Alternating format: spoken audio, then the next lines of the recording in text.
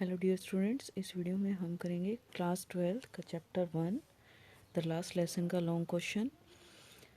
ये चैप्टर हमने काफ़ी अच्छे से रीड किया था, लेकिन फिर भी जिस बच्चे को इसकी स्टोरी समझ में नहीं आई है वो ये लॉन्ग क्वेश्चन का आंसर देख सकते हैं और पूरी स्टोरी आपको अच्छे से समझ में आ जाएगी कि किससे रिलेटेड है ये चैप्टर। देखिए लॉन्ग क्वेश्चन।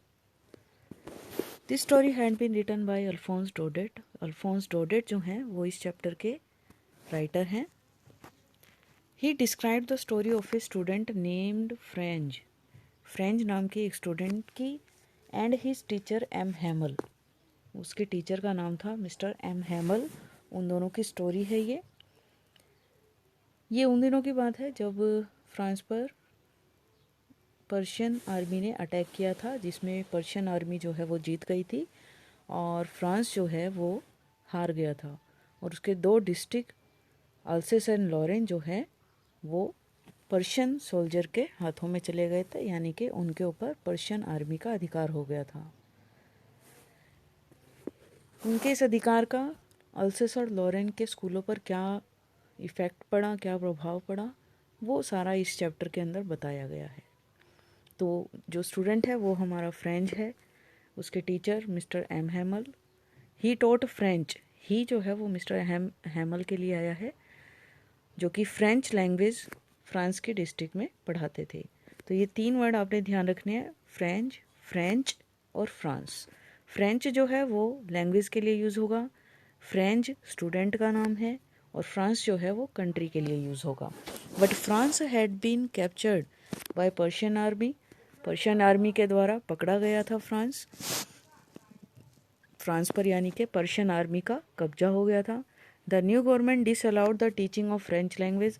अब जो नई सरकार आई थी पर्शियन आर्मी की, उन्होंने फ्रेंच लैंग्वेज पढ़ाने से यहाँ पर आज्ञा नहीं दी थी, डिसअलाउ कर दिया था। So the French teachers were asked to leave. अब क्योंकि फ्रेंच लैंग्वेज वहाँ नहीं पढ़ाई जानी नए रूल के अकॉर्डिंग, नई गवर्नमेंट के अकॉर्डिंग, तो इसीलिए फ्रेंच टीचर्स को वहाँ से जाने के लिए बोल दिया गया था।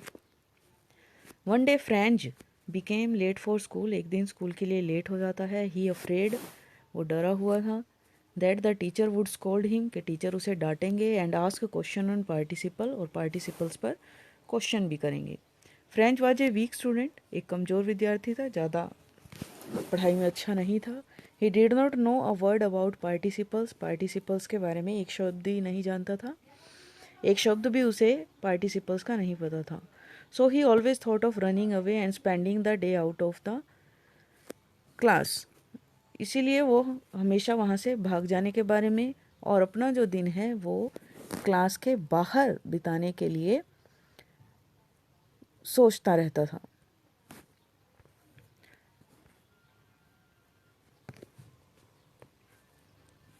आउटर सीन्स मोर अट्रैक्टेड हिम। जो बाहरी दृश्य थे वो उसे ज़्यादा अट्रैक्ट करते थे, आकर्षित करते थे।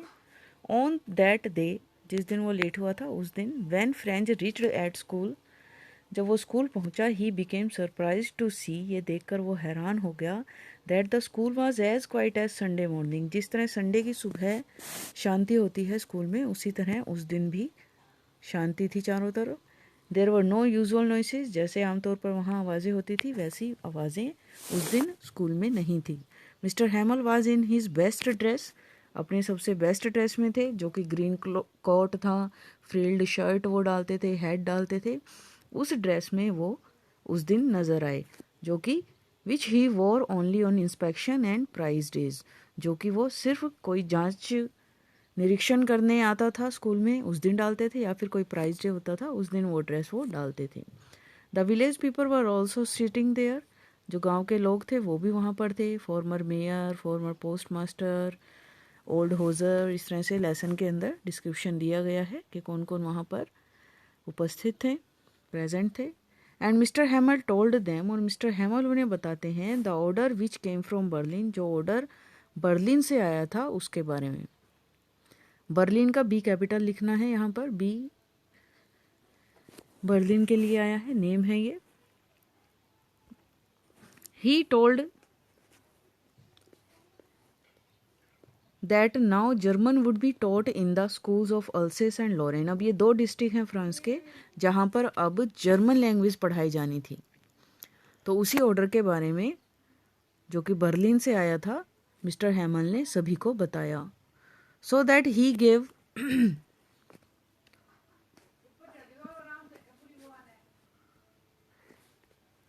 He gave them his last lesson. और इसीलिए आज उनका जो भी बच्चों को पढ़ाना है लास्ट लेसन है। आफ्टर हिज लेसन, अपना लेसन पढ़ाने के बाद, ही एडमायर्ड, एडमायर्ड का मतलब होता है तारीफ करना। उन्होंने तारीफ की हिज लैंग्वेज, अपनी भाषा की यानी कि फ्रेंच लैंग्वेज की। एंड कॉल्ड फ्रेंच लैंग्वेज, और फ्रेंच लैंग्वेज को कहा is the best language in the world, संसार की सबसे बेस्ट लैंग्वेज उन्होंने फ्रेंच लैंग्वेज को कहा। ही गेज्ड, गेज्ड होता है एकटक देखना। एवरीथिंग, हर चीज़ को देख रहे थे। Which were present in the classroom, जो भी क्लासरूम में प्रेजेंट थी, चाहे वो कोई पिक्चर थी, अलमीरा थी, कुछ भी था, फैन था, सबको बहुत अच्छे से एकटक देख रहे थे वो। एज इफ, जैसे कि he wanted to fix them in his mind, जैसे कि वो इन सब यादों को, इन सब चीज़ों को अपने दिमाग में फिक्स कर लेना चाहते हो। आई होप कि ये चैप्टर भी और ये लॉन्ग क्वेश्चन आपको अच्छे से समझ में आया होगा। फिर भी अगर किसी की कोई प्रॉब्लम है, you can ask me any time. Thank you.